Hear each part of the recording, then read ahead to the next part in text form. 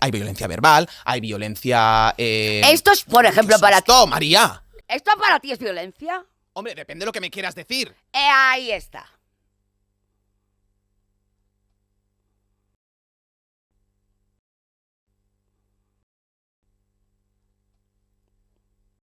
Porque esto mismo... María, que tienes miedo. ¿Qué? ¿Qué pasa? Que no quiero verlo en persona. ¿Por qué? Porque me da mucha vergüenza. ¿Pero por qué? Porque me da vergüenza. Parece que estás asustada. Sí, No escondas. pero sí. Somos nosotros. Ya lo sé, tú sí. Pero está ya aquí. No, todavía no ha venido. Vale, bueno, pues... ¿Tienes Vale. ganas de verlo? No, quiero sí, pero no en persona. Cuando sientes que nadie lo entiende, pues te sientes mal.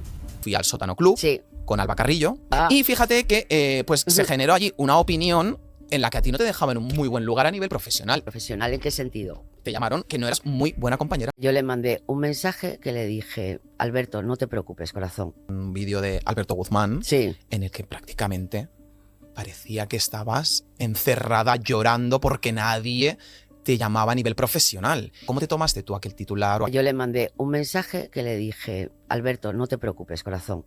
No pasa nada, pero no es verdad. Eso fue lo que hice. Y me contestó, ¿rectifico?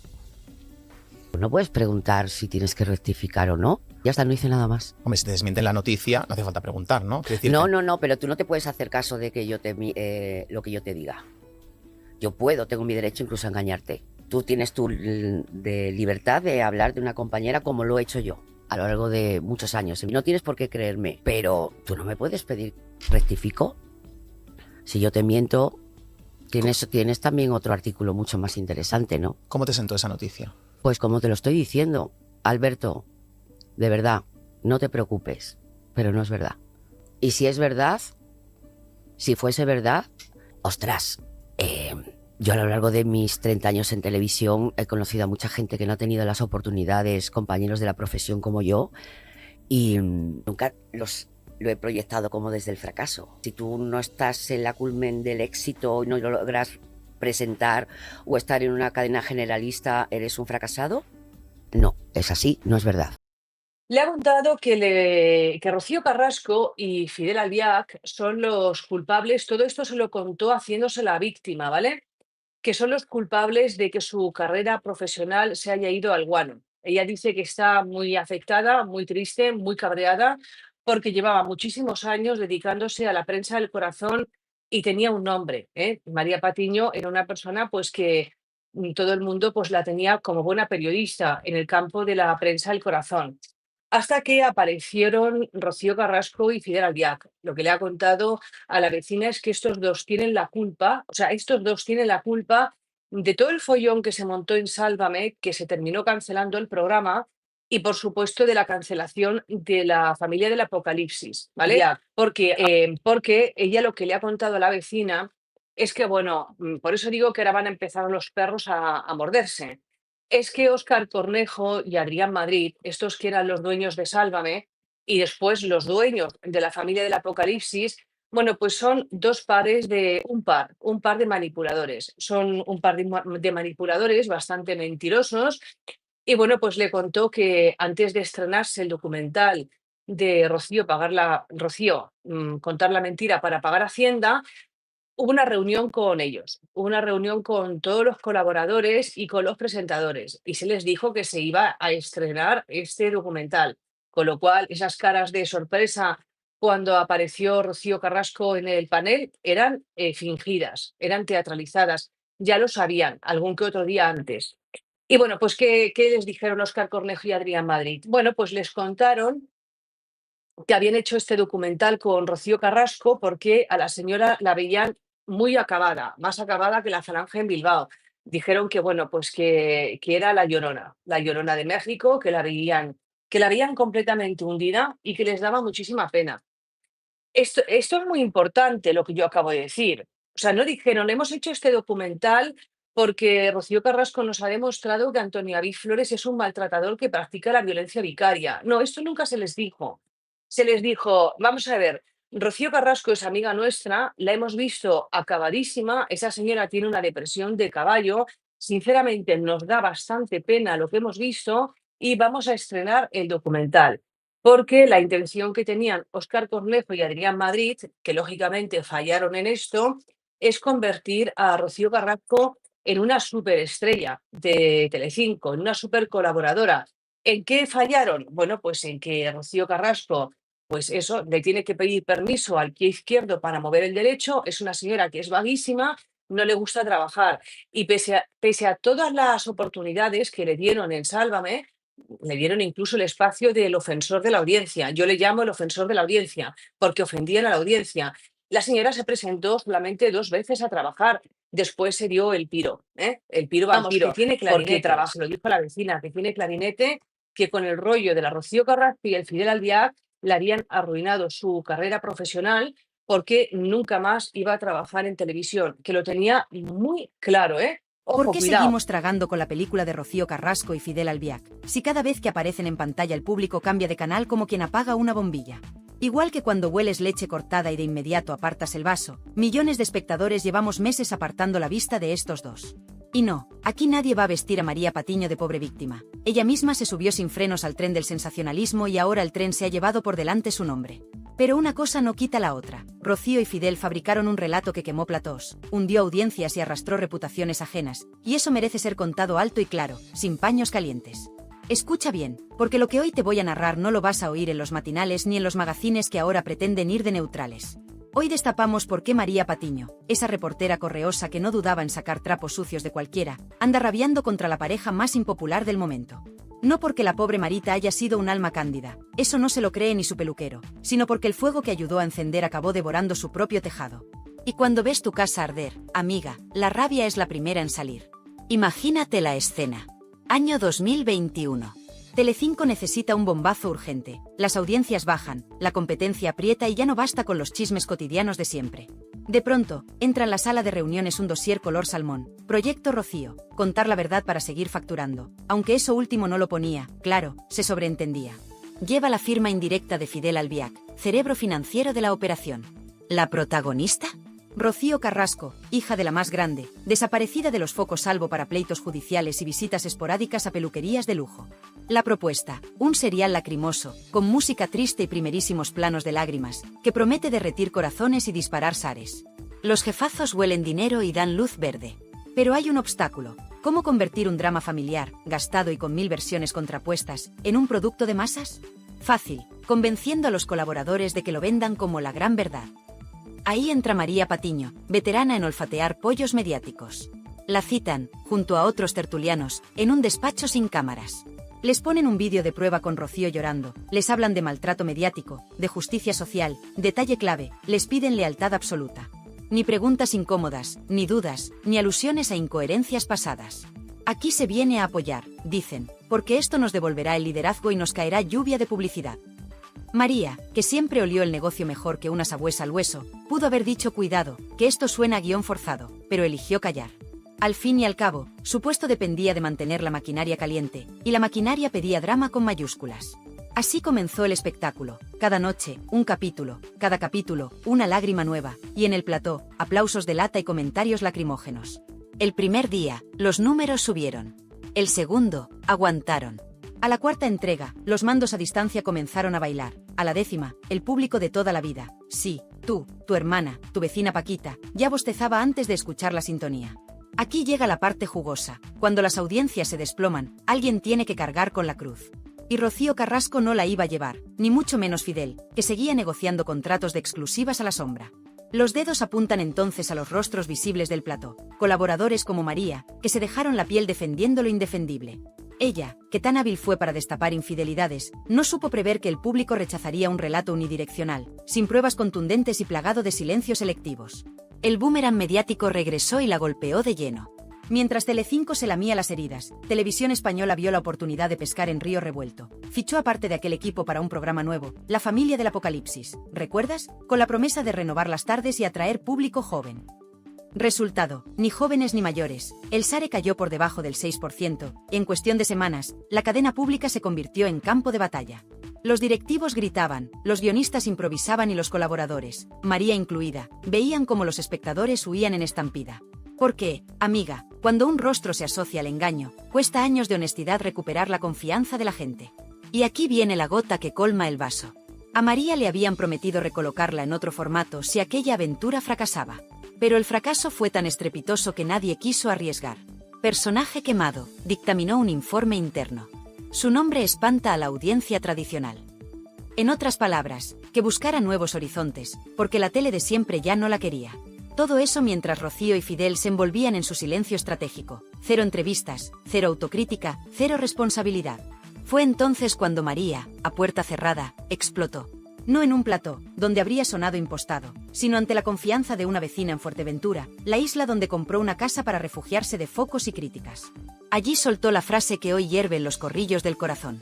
Estos dos, Rocío y Fidel, no solo hundieron programas, nos han hundido a todos los que les dimos voz. Y lo peor es que lo sabían. Que nadie la confunda con una santa arrepentida. María disparó primero cuando tenía munición. Se apuntó al linchamiento de Antonio David, cayó datos que chirriaban y se mofó de compañeros que dudaban del documental. Pero, como suele ocurrir con la hipocresía televisiva, las tornas giraron y la figura de Patiño pasó de verdugo a indeseable. ¿Ironía? ¿Justicia poética? Cada cual que lo llame como quiera, lo innegable es que Rocío Carrasco y Fidel Albiac siguen en pie, mientras las carreras de otros se tambalean. ¿Qué aprendemos de todo esto? Que el público, tú, yo, todas nosotras, tenemos más poder del que nos hacen creer. Con un simple clic cambiamos de canal y enviamos un mensaje atronador. Basta de historias unilaterales, basta de lágrimas sin pruebas, basta de convertir los platós en tribunales sin juez ni defensa. Y cuando el público castiga, las productoras entran en pánico, recortan programas y sacrifican cabezas visibles sin piedad. Ahora bien, ¿ha terminado el drama? Ni mucho menos. Porque, según cuentan voces cercanas, María tiene munición guardada, grabaciones de pasillo, correos internos, órdenes expresas de directores que la obligaron a silenciar contradicciones de Rocío. Dice que está dispuesta a soltarlo todo si la vuelven a vetar. ¿Serán balas de fogueo o dinamita real? En breve lo sabremos. ¿Te has preguntado alguna vez qué se fragua en esos despachos cerrados donde ni la luz del pasillo se atreve a entrar? Allí, lejos de cámaras y micrófonos, se coció el pacto que terminó hundiendo a todo el que se acercó a Rocío Carrasco y Fidel Albiac. Una reunión, mejor dicho, una encerrona que cambió para siempre la televisión del corazón en España. Todo arrancó una mañana de miércoles. Productores nerviosos, teléfonos ardiendo y 3 carpetas sobre la mesa. Una con los números de audiencia en rojo, otra con la propuesta del documental Salvador y la tercera con los honorarios de Rocío y Fidel, tan abultados que parecían cheques de lotería. La orden fue tajante. Esta historia se vende como la redención definitiva. El que rechiste, fuera. María Patiño llegó la última, café en mano, creyendo que sería otra de tantas reuniones donde se reparten contenidos y se comentan cotilleos. Nada más sentarse, notó el ambiente cargado, miradas esquivas, móviles boca abajo y un silencio que retumbaba. El director rompió el hielo. Señores, vamos a rescatar a Rocío. Hay que apoyar su verdad sin reservas. Punto. No habló de pruebas ni de contraste, habló de emociones que enganchan, de lágrimas que fidelizan y de lo bien que cotiza una víctima con apellido famoso. Ahí empezó el teatro. Rocío necesitaba convertirse en heroína contemporánea, y Fidel, en estratega invisible. Para eso hacía falta un coro de tertulianos que aplaudiera y descalificara al que dudara. El guión marcaba cada gesto, planos cerrados a las lágrimas, música triste en segundos exactos, tormentas en redes sociales lanzadas por cuentas simpatizantes.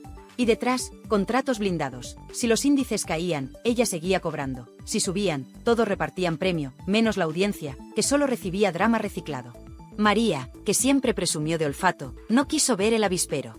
Le prometieron minutos de oro, exclusivas y la garantía de que, si aquello pinchaba, tendría silla asegurada en otro formato. Creyó el cuento porque también veía su oportunidad de seguir reinando en las sobremesas. Lo que ignoraba es que la tele cambia de piel cuando huele a engaño, y el público de toda la vida, esas mujeres que planchan, cosen y comentan con el brasero encendido, no soporta que le vendan gato por liebre. Los primeros programas fueron un vendaval de cifras. Rocío narraba entre sollozos, Fidel manejaba hilos y productores brindaban en cafeterías cercanas. Pero el encanto duró lo que tarda en enfriarse el café. Pronto surgieron contradicciones, datos inexistentes, testimonios que no cuadraban. Y la gente, que calla pero no olvida, empezó a dudar. Cambios de canal, memes en redes, chistes en los barrios. El efecto dominó estaba servido. Cuando el SARE se desplomó, comenzaron las filtraciones, mensajes de WhatsApp que pedían a los colaboradores defender sin fisuras, advertencias de despido si alguien abría la boca, y hasta órdenes de cortar las intervenciones de cualquier invitado crítico. María Patiño, lejos de recular, apretó el acelerador, atacó con más vehemencia a quienes osaban cuestionar, repartió etiquetas de machista o negacionista como quien reparte folletos en un mercado. Pensaba que así salvaba el barco, en realidad, cavaba su propia tumba televisiva. Mientras tanto, Rocío y Fidel movían los peones fuera del tablero. Pisos nuevos, contratos paralelos, ofertas de libros, propuestas de realities. Todo mientras los que quemaban su imagen en pantalla eran otros. Cuando el proyecto pasó de Telecinco a la cadena pública con aquel invento de tardes, el truco ya estaba gastado. El público ni se molestó en dar una oportunidad, vieron los mismos rostros, reconocieron el mismo discurso y apagaron la tele. Y llegó el día de la guadaña.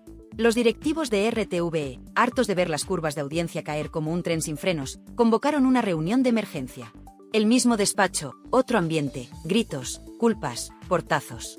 María entendió al instante que ya no había red. Salió con la mirada fija en el móvil, esperando la llamada que nunca llegó, la del siguiente programa que la rescatara. No la llamaron. Ni ese día, ni al siguiente, ni al otro. Su nombre se convirtió en sinónimo de tóxico en los informes internos, rechazo inmediato del público tradicional. ¿Qué hicieron Rocío y Fidel? Silencio absoluto. Ni un mensaje de apoyo, ni una declaración conjunta, ni un gracias por defendernos. Se esfumaron entre exclusivas contadas al milímetro y negociaciones para futuras apariciones moderadas. María, que había mordido a diestro y siniestro, quedó aislada. No como víctima, sino como peón prescindible. Y ahí es donde su indignación estalla y señala. Nos utilizaron a todos, sabían que esto iba a hundirse, pero les importaba un pimiento mientras cobraran.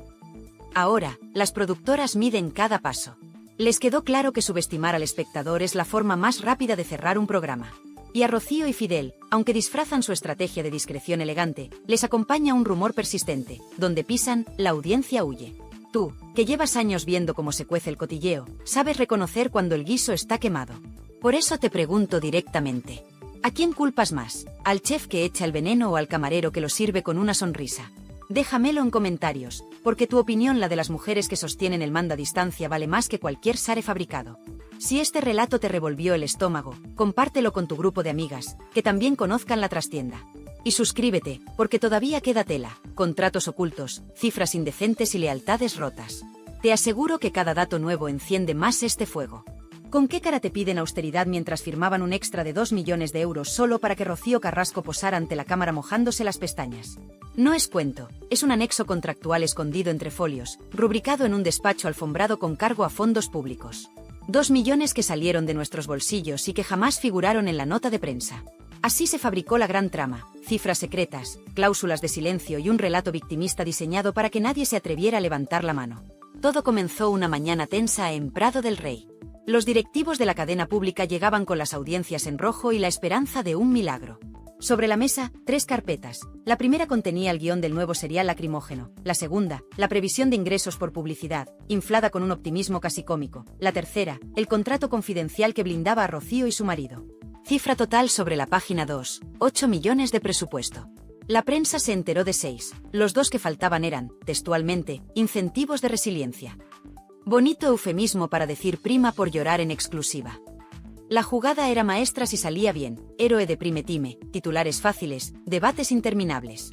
Pero había un peaje enorme: pedir a toda la plantilla complicidad ciega. Y ahí entra María Patiño. Nadie la obligó con pistola, cierto, pero le presentaron el plan como boleto ganador. Tú lee el teleprompter, tú carga contra quien dude, nosotros te cuidamos el puesto. Ella aceptó con la ambición por bandera, la conciencia se quedó aparcada en el pasillo.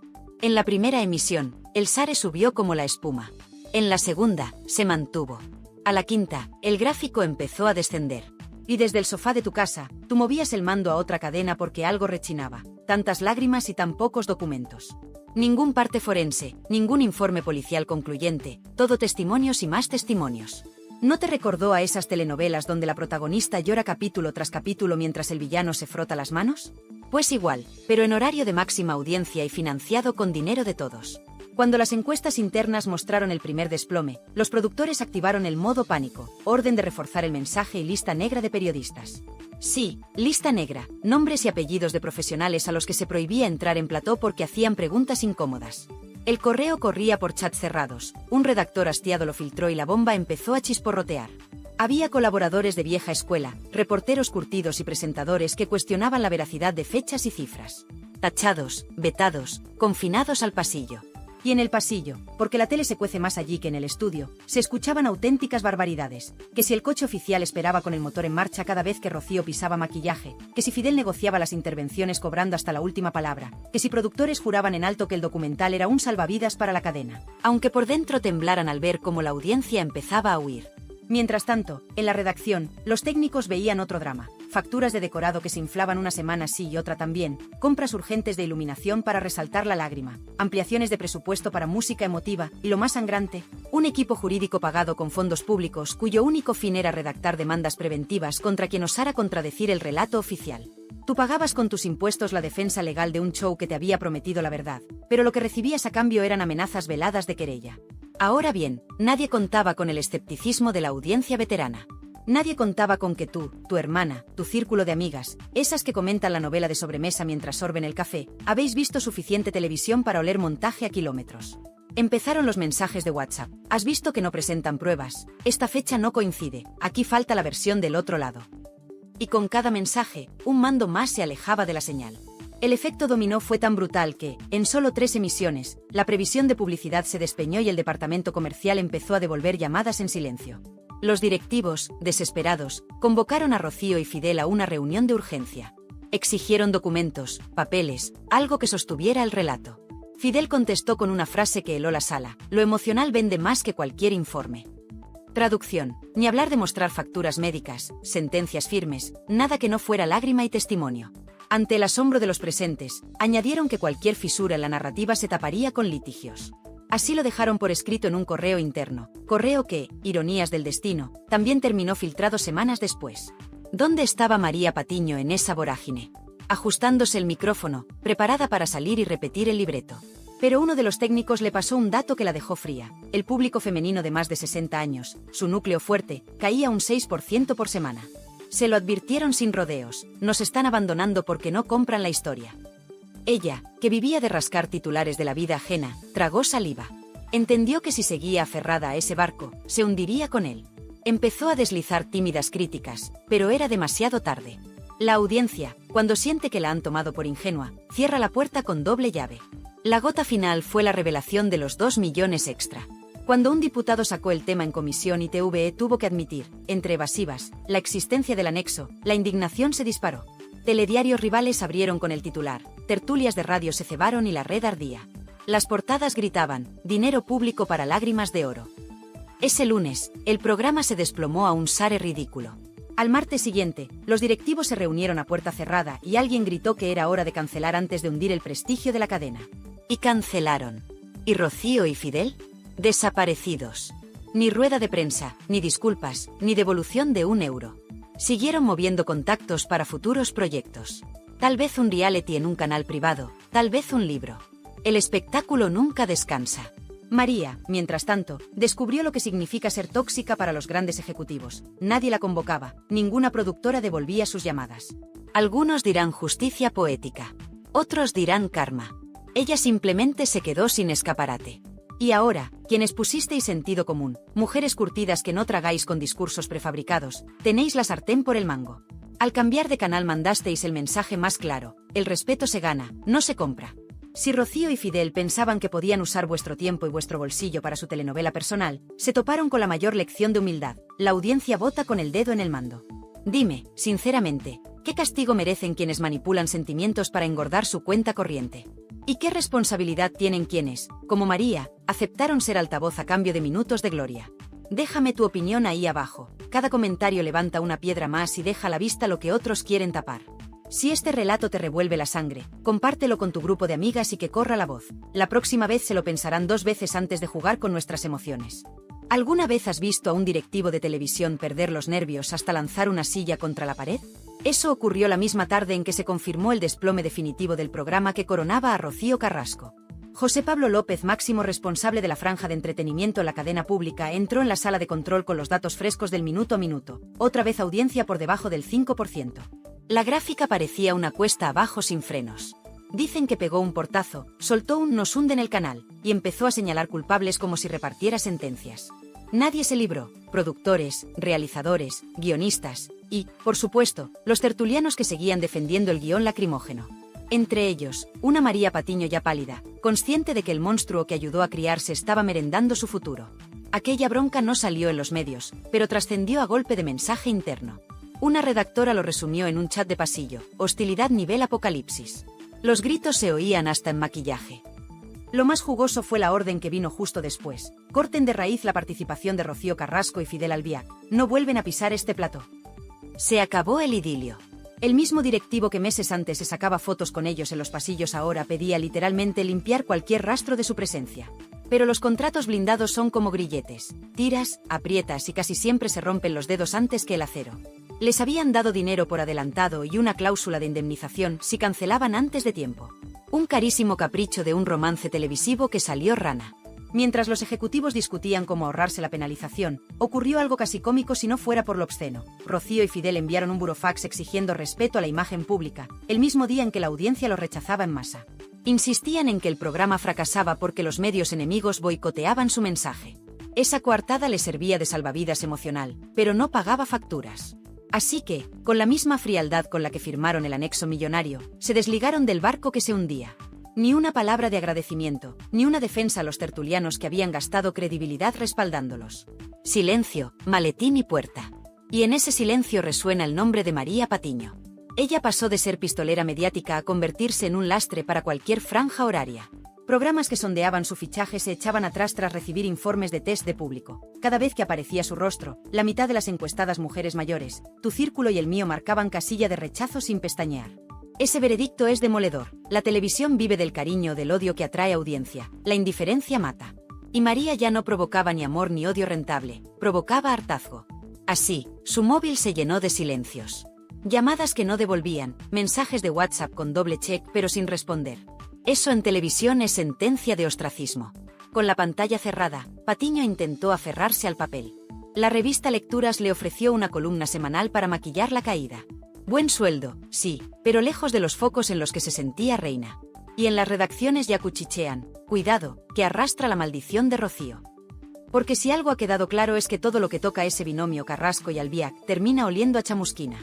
El mero hecho de poner a María en plantilla hizo saltar alarmas. Los anunciantes no quieren verse salpicados por el mismo barro que manchó Prime Time, redes sociales y hasta sesiones del Congreso donde se preguntó a la televisión pública por aquellos 2 millones secretos. Pero la historia no acaba en despachos ni en platós vacíos. El auténtico terremoto sucedió en los hogares, donde tu manda a distancia habló más fuerte que cualquier comunicado corporativo.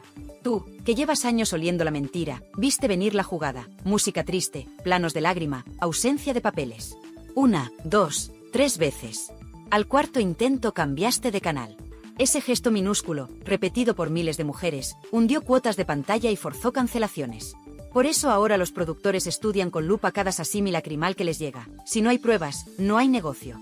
El público maduro, el que sostiene de verdad las tardes televisivas, ha dicho basta. Y cuando una costurera de 70 años, un ama de casa jubilada y una viuda que vive con la pensión mínima coinciden en que no se cree en una historia, no hay departamento de marketing que aguante la embestida. Aún así, la pareja sigue maquinando en la sombra. Dicen que Fidel tantea plataformas de streaming, miniseries sobre superación y autoayuda basada en la experiencia personal. Un reality blando, sin preguntas duras.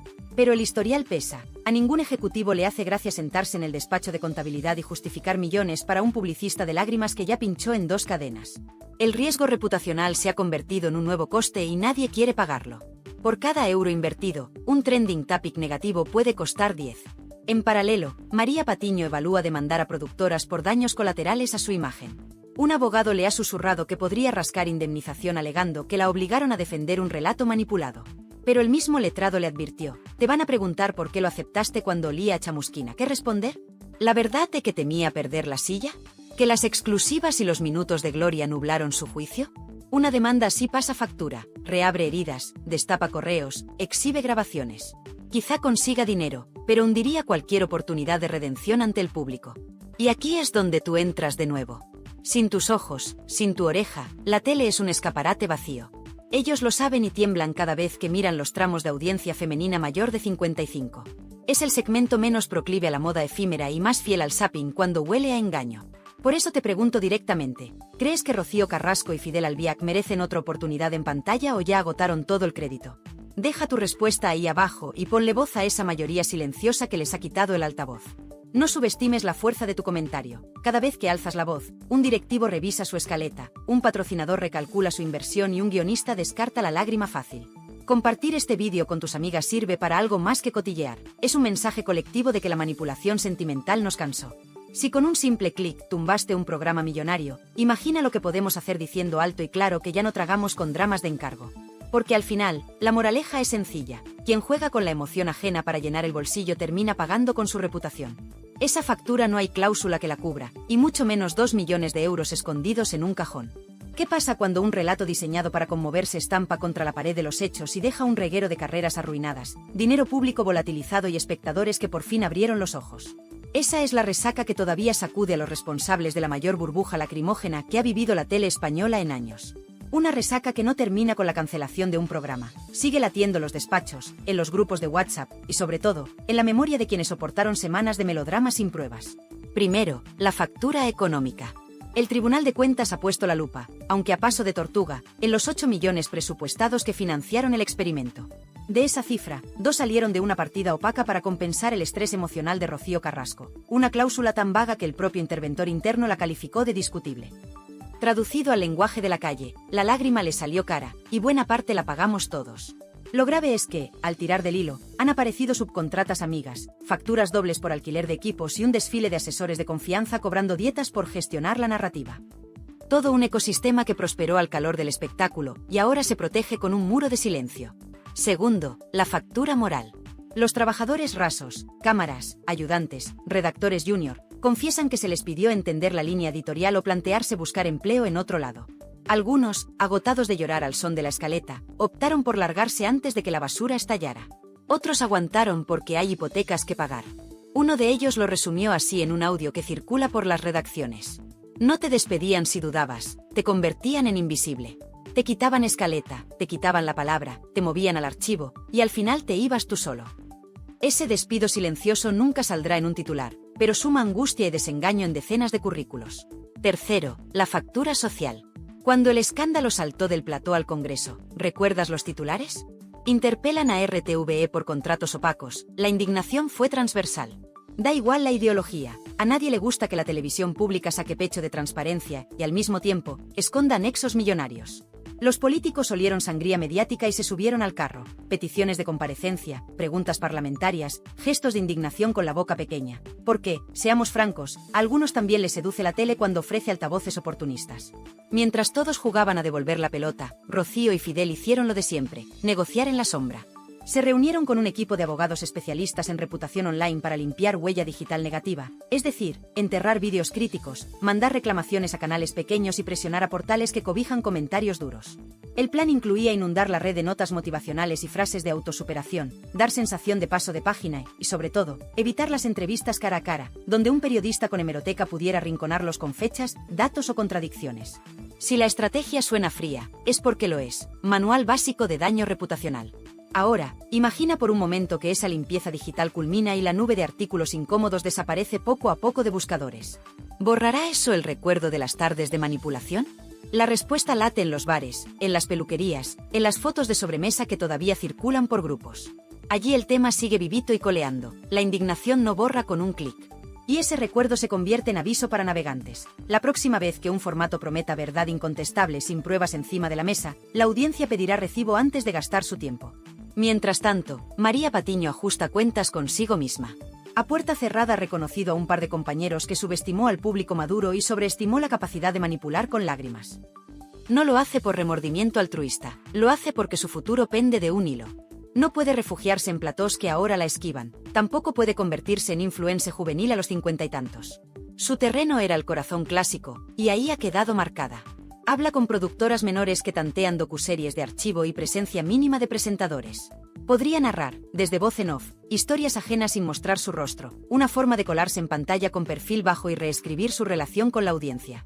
Pero los números no cuadran. Hoy, un creador de contenido en YouTube con 200.000 suscriptores cuesta menos y trae más engagement que un rostro televisivo abrasado.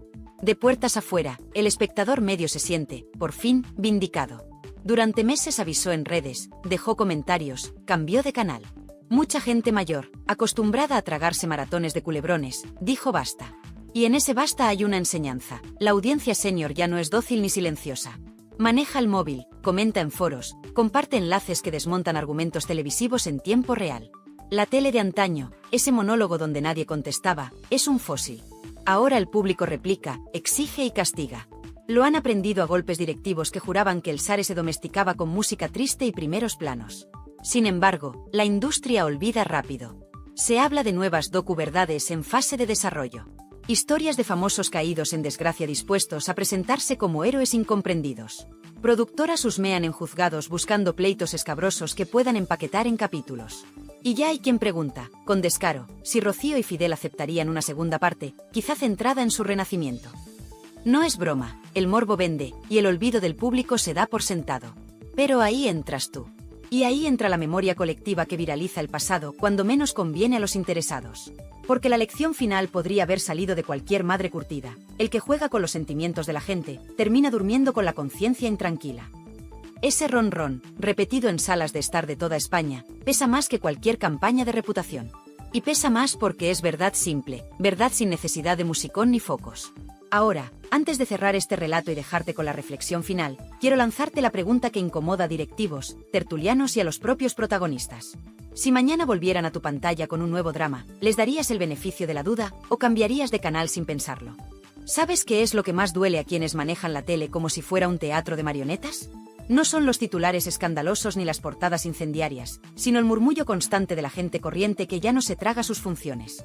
Ese ronrón de mujeres como tú, que han criado hijos, sostienen casas y han visto más seriales de los que un productor puede imaginar. Mujeres que ahora plantan cara desde el sofá, dicen hasta aquí y cambian de canal sin pestañear. Esa rebelión silenciosa es la verdadera condena para quienes fabrican dramas de laboratorio y los envuelven en papel de víctima premium. Piensa en el espectáculo que acabamos de destripar, 8 millones de euros en globos de helio, 2 millones extra para lágrimas de oro y un plató convertido en altar de un relato sin pruebas. Te aseguro que ningún contable, por muy hábil que sea, puede esconder eternamente semejante agujero. Pero lo más sangrante no es la cifra, es la osadía de creer que tú, yo y todas nosotras íbamos a aplaudir la farsa mientras ellos firmaban cheques con nuestro dinero. Detente un segundo y pregúntate, ¿cuántas veces te han vendido historias emocionales que, en el fondo, solo eran coartadas para llenar bolsillos ajenos? ¿Cuántas presentadoras rompieron en llanto improvisado mientras los guionistas contaban segundos para empalmar con publicidad de colonias? Y no digo que las lágrimas sean siempre fingidas, pero cuando pesan millones, hay que mirarlas con lupa. Rocío Carrasco y Fidel Albiac confiaban en que la compasión colectiva sería su escudo. Se equivocaron. La compasión sin credibilidad es pura espuma, se disipa al primer soplido de dudas. Y ahí entraste tú, con tu intuición curtida. Viste huecos en las fechas, notaste incoherencias, echaste en falta papeles y dijiste no gracias. Un clic, cambio de canal, SARE que se desploma. Plaf. Así se desinfla un globo millonario. Mientras tanto, María Patiño jugaba funambulista sobre hilo de seda, creyendo que la ovación sería eterna. ¿Recuerdas la seguridad con la que despachaba a quienes pedían pruebas? Esa misma seguridad se convirtió en silencio absoluto cuando la audiencia dejó de reírle las ocurrencias. La tele no expira por la polémica, expira por la indiferencia. Y la indiferencia, amiga, es un veneno que hemos aprendido a administrar con maestría. Ahora respóndeme sin miedo. ¿Te conmueve todavía la lágrima a cámara lenta, o sientes un hormigueo de sospecha cada vez que alguien pide que le creamos sin ofrecer un papel? ¿Amas todavía a los tertulianos que se columpian sobre el morbo, o empiezas a verlos como timadores de emociones? ¿Aplaudes las disculpas tardías de quienes participaron en la manipulación, o las tomas como estrategia de supervivencia de quien ve hundirse el barco? Tu respuesta importa, y más de lo que ellos quieren aceptar. Cada comentario que dejes ahí abajo es un ladrillo en el muro que separa la comunicación honesta del teatro interesado. Cuando posteas no me convence, no quiero papeles, un becario toma nota, un redactor se muerde el labio y un ejecutivo revisa la escaleta con sudores fríos. Créeme, lo sé por voces que llaman a escondidas para preguntar qué dicen las señoras de tu canal. Y ya que hablamos de voces, hablemos de las que siguen calladas, las de los trabajadores rasos, los cámaras que tuvieron que repetir toma porque la lágrima resbaló antes de tiempo, los redactores junior que redactaban preguntas suaves con órdenes de no salirse del guión, los técnicos de sonido que bajaban micrófonos si alguien introducía un dato incómodo. Ellos no firman contratos millonarios ni salen en la foto, pero pagan con ansiedad cada volantazo de la dirección. No olvidemos a quienes sostienen la industria desde la sombra y cobran sueldos mileuristas, mientras las estrellas se suben a ese versus pagados con sobresueldos. Ahora bien, pongamos el foco en lo que viene. Sí, porque los mismos que hoy esconden la cabeza ya planean nuevas docuverdades, nuevos platós, nuevas víctimas de temporada. Tal vez esta vez sea un deportista caído en desgracia o una cantante con deudas millonarias. Cambian los nombres, no el truco. Lágrima en primer plano, palabras mayores, maltrato, injusticia, linchamiento y un torrente de exclusivas a precio de caviar. Saben que el morbo es como el azúcar, crea adicción. Pero también saben que quienes ya hemos visto el truco podemos arruinarles la función. Ahí es donde tu poder se multiplica. Comenta sin miedo, quiero pruebas, no me creo nada, enseñad documentos. Tu mensaje ya no es un grito en el vacío, es un eco que rebota en foros, tertulias de radio y redacciones inquietas. Comparte este vídeo en tus grupos de amigas, en el chat de la familia y en el del barrio. Conviértelo en sobremesa de domingo, en charla de peluquería y en debate de cafetería. Cuantas más mujeres exijan honestidad, menos hueco habrá para los relatos prefabricados. Suscríbete y activa la campanita si disfrutas viendo cómo desmontamos ficciones millonarias con una simple lupa y mucho sentido común. Porque aquí vamos a seguir, ni nos compra la lágrima fácil, ni nos calla la amenaza de demanda. ¿Acaso no te enciende la sangre pensar que podríamos ser testigos de la primera gran rebelión de espectadores maduros contra la manipulación sentimental televisiva? Piénsalo, generaciones que crecieron con dramas en blanco y negro ahora exigen veracidad en 4 Kelvin. Pasamos de creer todo lo que sale en la tele a demostrarme cada frase con documentos. Esa evolución merece celebrarse, comentarse y, sobre todo, difundirse. Y te prometo algo, los próximos archivos que estamos investigando van a sacudir todavía más los cimientos de este teatrillo. Hay correos, hay facturas y hay testimonios inéditos de gente que cayó cuando se apagaban los focos y ahora quiere hablar. No puedo adelantarte nombres, todavía, pero sí darte una pista. Una exdirectora de contenidos con correos explosivos y un antiguo asesor financiero harto de contratos opacos. ¿Te lo vas a perder? ¡Claro que no! Antes de cerrar, déjame la última pregunta, la que retumba en cada pasillo de televisión cuando apagan las cámaras. ¿Qué pasaría si, la próxima vez que intenten venderte dramas sin pruebas, todas cambiamos de canal desde el minuto 1? Piénsalo, escríbelo, compártelo. Porque tu opinión, sumada a la de miles, puede hacer más ruido que el grito desesperado de un productor cuando ve las gráficas desplomarse. Y si eso sucede, amiga, estaremos asistiendo no a un final, sino al nacimiento de una televisión que nos respete. Hay violencia verbal, hay violencia... Esto es, por ejemplo, ¿Qué es para ti. esto, María? ¿Esto para ti es violencia? Hombre, depende de lo que me quieras decir. Ahí está.